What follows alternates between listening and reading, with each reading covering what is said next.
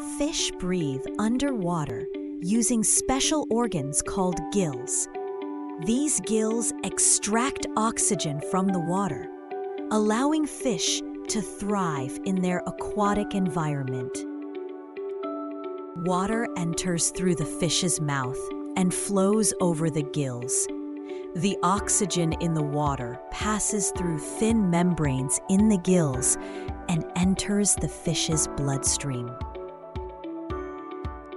In addition to extracting oxygen, gills also help remove carbon dioxide, a waste product from the fish's body.